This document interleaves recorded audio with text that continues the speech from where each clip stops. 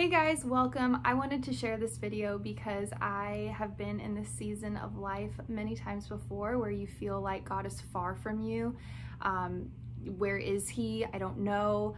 I just have never felt more alone. And so if you're in that season, I'm hoping that this video will encourage you a little bit.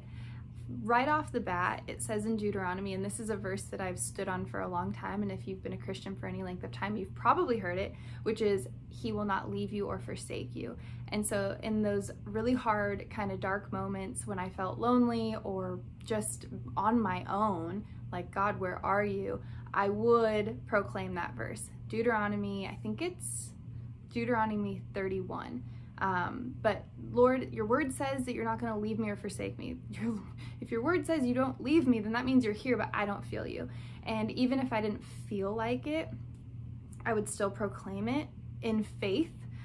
Faith is literally often doing the opposite of what your feelings are telling you. So I want to encourage you, first off, if you're feeling alone and you're feeling like God is far from you, let me be the first to tell you that he is not far from you at all. There have been a few moments in my life where I've felt this way. One of the most powerful moments that I've ever had with God, and one of the ones that I'm the most grateful for, was I was in my early 20s. I was traveling a lot for work at that time. So I was going to different cities and staying in different hotels, and often by myself. A lot of the travel I did was alone. And I remember being in a hotel room and just feeling so lonely and so isolated. Feeling alone, I don't know the right way to say it, but there's a difference between, I love alone time, let's just put it that way. I'm an introvert, I enjoy alone time, I need it to recharge, but there's a difference between that alone time that feels peaceful and restful and like you're recharging, and isolation, which feels like almost tormenting. It feels hollow, it feels dark, it feels just isolating.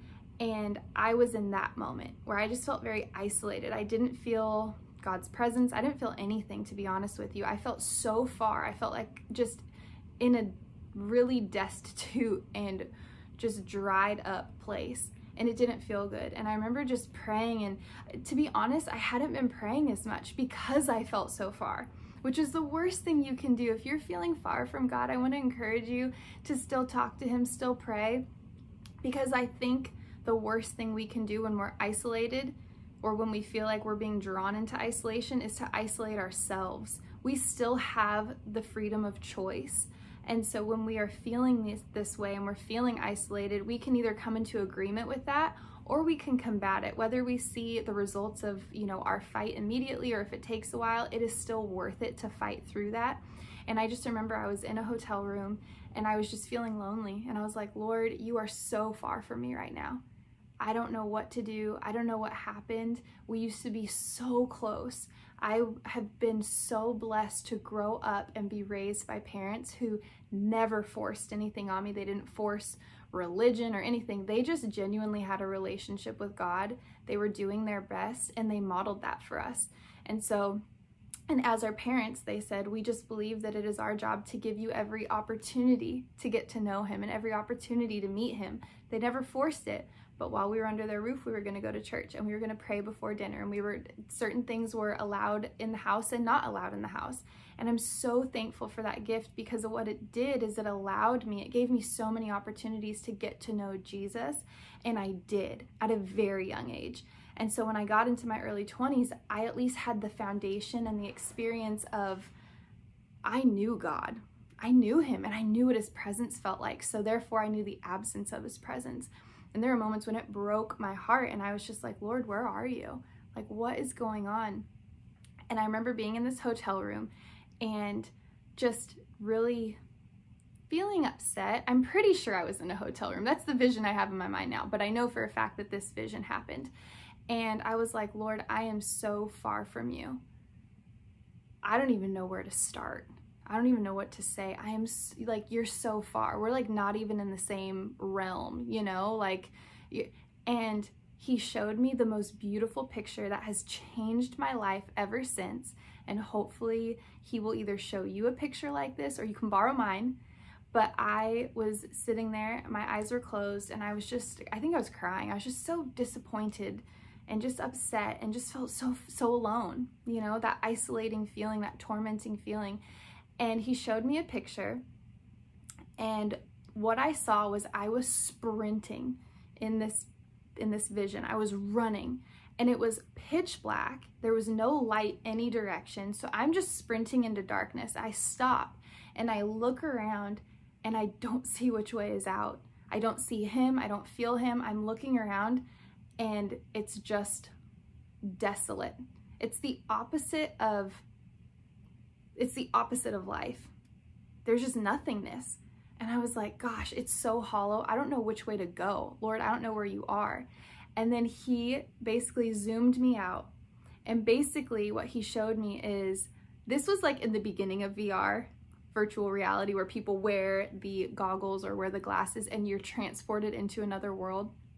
And what he showed me is I had put on these glasses that took me to a different place. What I was seeing wasn't reality. It was just what my perception was. And if you've heard the saying, you know, your perception is your reality. So what I was perceiving was my reality. And I had put on these dark glasses basically, and I was on a treadmill.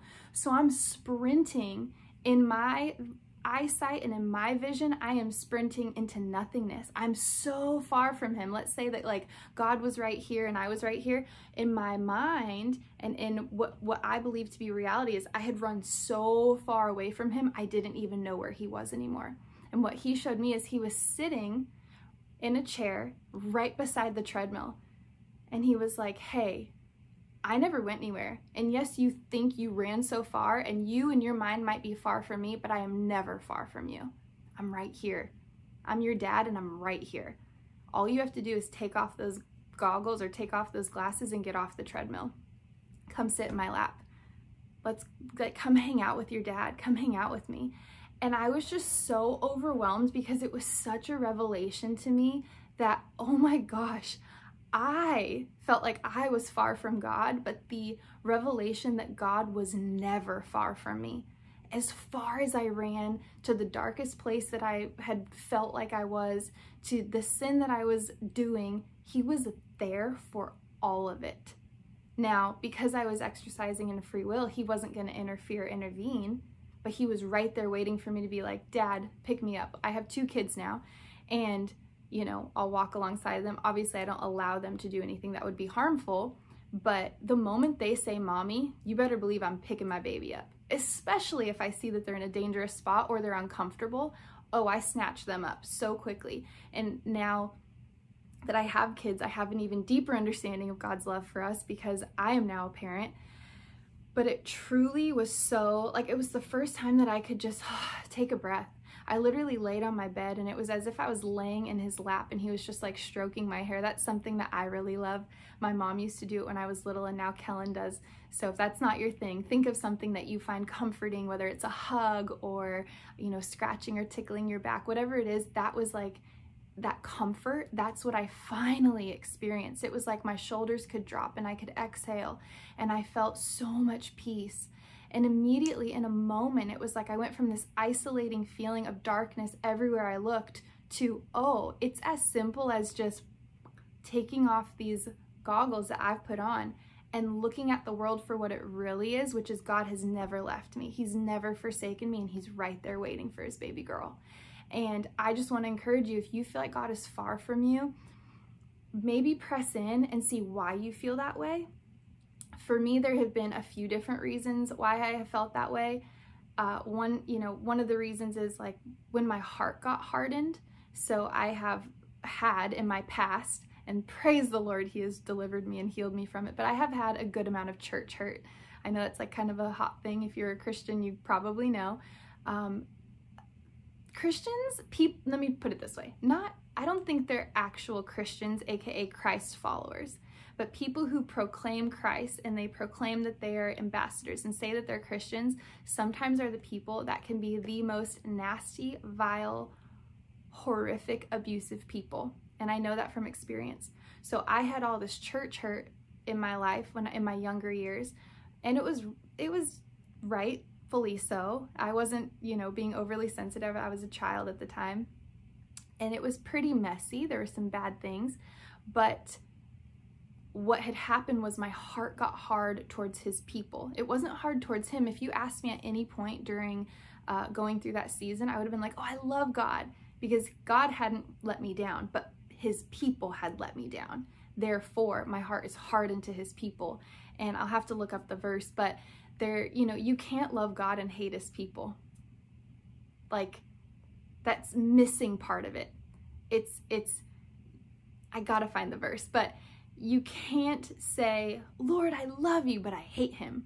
I don't like them. You can say, Lord, I love you, and they hurt me, and I can't trust, and I need you to help me, and I need you to heal me, and I need you to help me to forgive. That is okay, but to say, I love you, but I hate what you created. And if we really are Christians who are drawing close to his heart or want to be walking in intimate fellowship with him, we can't be close with him and hate his kids. Again, I'm a mom now, and if you're a mom, you'll understand this. If your best friend in the whole world, or let's go a step further, the father of your kids or something, comes up to you and they're like, I love you, but I hate them. I don't want to talk to them. You're like, how can you love me and hate what came out of me and what I created? Like, it would strain your relationship. So in the same way, God never left me, he never forsook me, but he was looking at me and he's like, hey, I love you, but we can only get so intimate until you allow me to heal that hurt towards my people and towards my kids, because yeah, they were wrong, period. But while you have this hard heart and this hatred towards them, that's preventing you from getting closer to me. And then other times I felt far from God simply because of sin. And I feel like right now, as like the church and Christians, we want to rank sin and categorize it and be like, this isn't so bad, but this is the worst. And this is sin. All sin is it's something that separates us from God. And as believers, our desire, I think, should be, I don't know why it wouldn't be, to walk as closely and as intimate with the Father as we can. My desire, I guess I can only speak for myself, but all I want is to be so in tune with God's Spirit. I want his heart to be my heart. I want his eyes. I want the way he sees people. I want to see people that way. That's my desire. And so when I was walking in sin, and I've said this in other, in other places, but there's a period of time where I was like, oh Lord, come on in. I'm inviting you in. I want salvation, but I don't want you to be Lord of my life. I'm going to live my way, but I'll invite you in the convenient areas and in the areas that are comfortable for me. But the moment he asked me to do something uncomfortable or said, hey, shouldn't be doing that, shouldn't be texting that person, shouldn't be dating that person, hey, last night, not my will for your life, I was like, okay. And then I would just keep doing it, And it was in those moments that I'm like, why are you so far? And it's like, well, I can't draw near to you while you're out from underneath my hand. Like if we think about abiding under his hand and under the shadow of his wing, he's not going to, again, we have free will. He's not going to keep us there in a cage. We have free will. We can do whatever we want, but we can't be upset when there's a storm outside and we leave the house and go stand in the middle of the street and we're like mad and angry and like, God, why aren't you stopping the rain and the wind? And he's like, I have a shelter for you in the midst of this storm. It's not my will for you to be out there, but I'm also not gonna like pick up and move the house and put it on top of you to cover you. Like, you don't get mad at your house for not moving to where you are. Like if it was downpour right now, or maybe a tornado is a bad idea, but if it was like a thunderstorm, just water and everything, and I walked out of my house down the street and stood in the middle of the street or in the intersection, half a mile away, would I ever get mad at my house and be like, stupid house, how come it didn't follow me and no, I know where the covering is and I can choose to be there or not. And so there are moments of my life and periods of my life where I chose not to be in that covering. And as a result, I was not in a place that I was close to God. I had sin that I had to deal with. He was right there. He never left me. He was there the whole time. I just couldn't get to him with all of that stuff. He was like, you gotta lay it down if you want to go a little deeper. You gotta lay it down if you want to get a little closer. And so when I finally did, oh, it is the best feeling. So if you're dealing with that and if there's something in your spirit or your heart right now and you're like, oh, that's the sin I need to get rid of, do it. I can't tell you how amazing it feels to live pure and righteous. Oh, it's the best feeling. And then I think sometimes I felt far from him because I was frustrated with him. It's not that, if you would ask me, I'd be like, I still love God. I'm not, running away. I'm not saying that he isn't real. It's nothing like that, but I love him. But I'm frustrated that things are either working out this way or not working out this way. And so it was in those moments that I realized, as much as I desired to be close to him, I had some unresolved frustration and anger with the way things were happening, and that they weren't happening the way I wanted them to. And that was preventing me from getting close. And if you're married, it's the same thing. If you don't feel emotionally safe, it's hard to draw near to that person. And what I didn't realize was he had my best interests at heart by either allowing things or not allowing things to happen. And so basically, to sum this whole thing up, or just to bring all of this home, I want to encourage you, if you're feeling like God is far from you, number one, he's not. He's right there and he's waiting for you. He loves you so much. And he is just like, hey, whenever you're ready, I'm here. I'm a gentleman. I'm not going to burst in, but the moment you invite me in, I'm there. And then number two, maybe just reflect, take some time and see, is there anything maybe in your own life and in your own world that is preventing you from getting closer? Is there some sin in your life that is sin, you really shouldn't be doing, and that's keeping you from him? Is there some frustration? Are you upset with him? That things maybe aren't working out the way you thought they were going to, or the way they should? And is your heart hardened from someone, hurting you? Whatever it may be, I just want to encourage you to kind of get in the trenches. You're not doing it alone. He's with you. If you have a support system, if you're a part of a church, reach out to those people and ask for some people to walk alongside of you and just tackle it. The only way to that life that you desire and that God has shown you pieces of is to go through. There's no way to go around. There's no way to go under or over. We just have to walk through it. And in the process and the journey of walking through it, the person you become and end up as on the other side, you will love that person. I promise you that. So anyways, I hope this was encouraging to one of you at least. But I love you guys so much, and I'll see you next time. Bye.